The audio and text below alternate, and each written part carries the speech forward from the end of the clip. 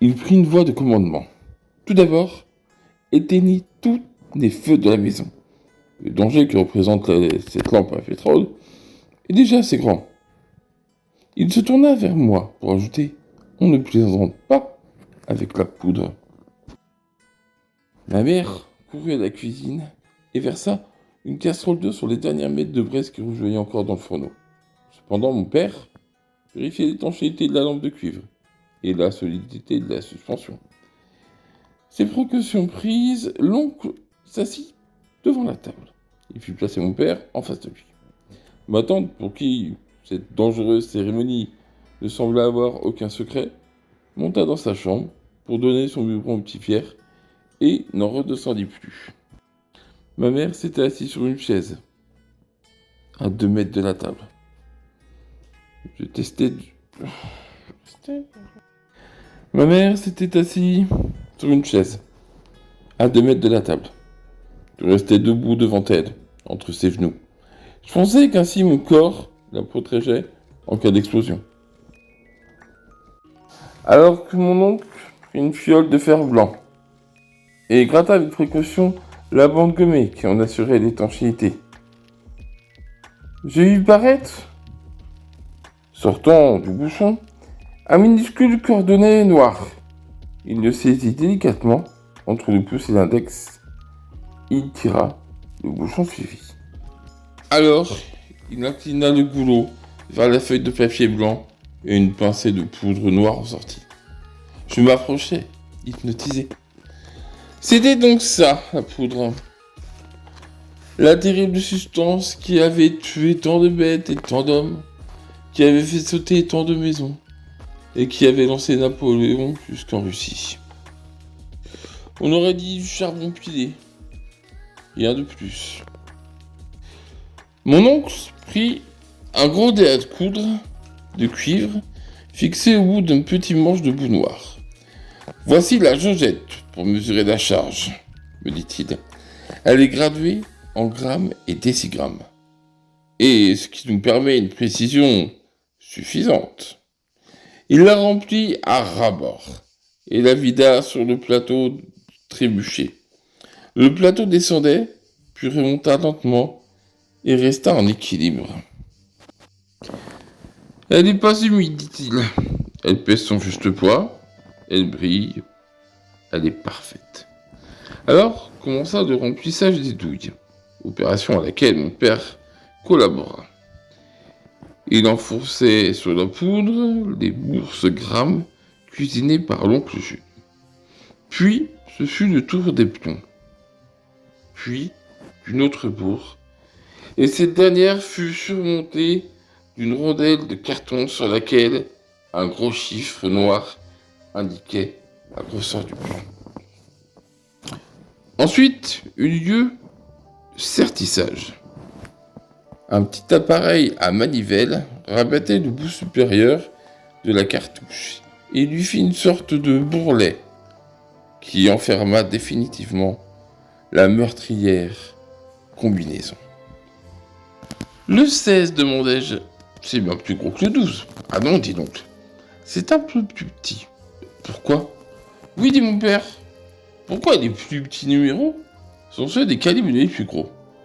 Ce n'est pas un grand mystère, dit l'oncle, d'un air doctoral. Mais vous faites bien de me poser la question.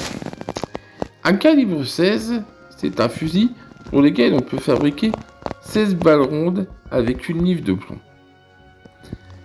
Pour un calibre 12, le même livre de plomb ne fournit que 12 balles rondes. Et il existait un calibre 1. Il tirait des balles d'un livre. Voilà une explication fort claire, dit mon père. Est-ce que tu as compris? Oui, dis-je. Plus on fait des balles avec de livres, moins elles sont grosses. Et alors, ça fait que le trou d'un fusil est plus petit, quand c'est un gros numéro. Vous parlez bien d'une livre de 500 grammes? Je ne crois pas, dit donc. Je crois qu'il s'agit d'un livre ancienne, celle de 420 grammes. Ah, merveille, dit mon père, soudain très intéressé. Pourquoi?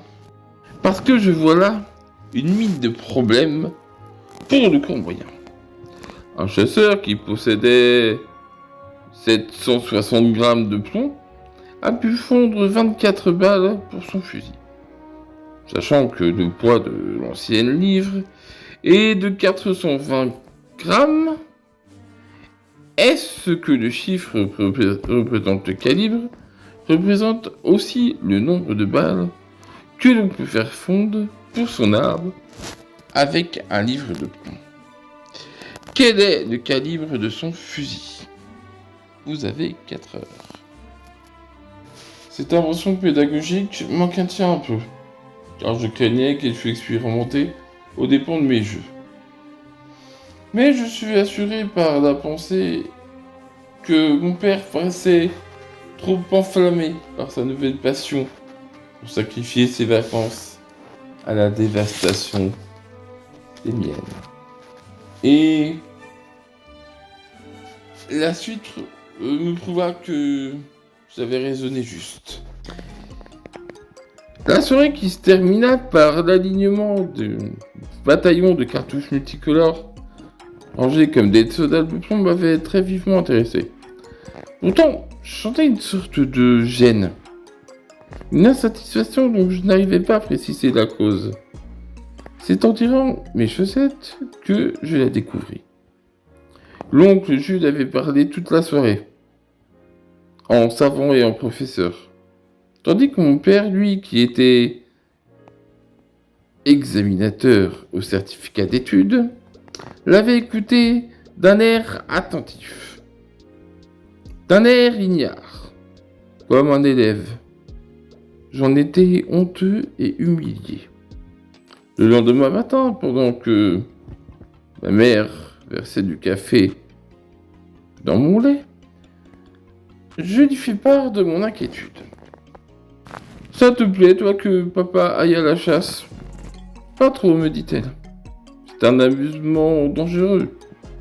Tu as peur qu'il tombe dans l'escalier avec ses cartouches? Oh non, dit-elle. Il n'est pas si maladroit.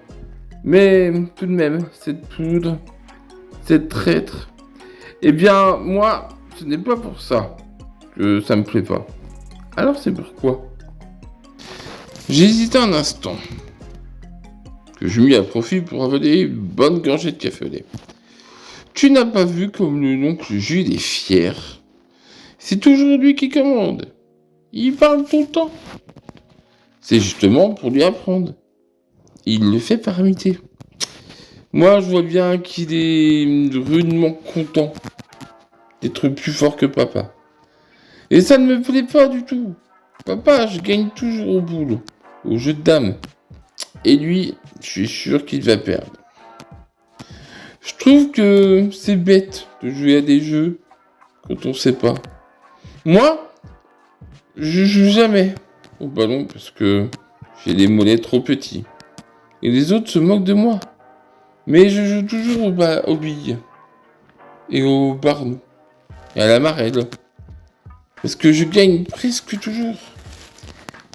Mais, gros bêta, la chasse, ce n'est pas un concours. C'est une promenade avec un fusil. Et pourquoi? Ça l'amuse. Ça lui fera beaucoup de bien. Même s'il ne tue pas de gibier. S'il ne tue rien, eh bien moi, ça me dégoûtera. Oui, ça me dégoûtera. Et moi, je ne l'aimerais plus. J'avais une envie de pleurer, que j'étouffais dans mes tartines. Ma mère le vit bien, et elle vient m'embrasser. Tu as un peu raison, me dit-elle. C'est bien vrai. Au commencement, papa sera moins fort que l'oncle Jules. Mais au bout d'une semaine, il sera aussi adroit que lui. En 15 jours, tu verras que c'est lui qui donnera des conseils. Elle me montait pour pouvoir me rassurer. Elle avait confiance. Elle était sûre de son Joseph. Et moi, j'étais dévoré d'inquiétude. Comme le serait un enfant de notre vénéré président de la République. S'il leur confiait son intérêt de s'engager dans le Tour de France cycliste. Voilà, c'est tout pour aujourd'hui. Pensez à vous abonner si la vidéo vous a plu. Prochaine vidéo samedi prochain à 17h30. Soyez au rendez-vous.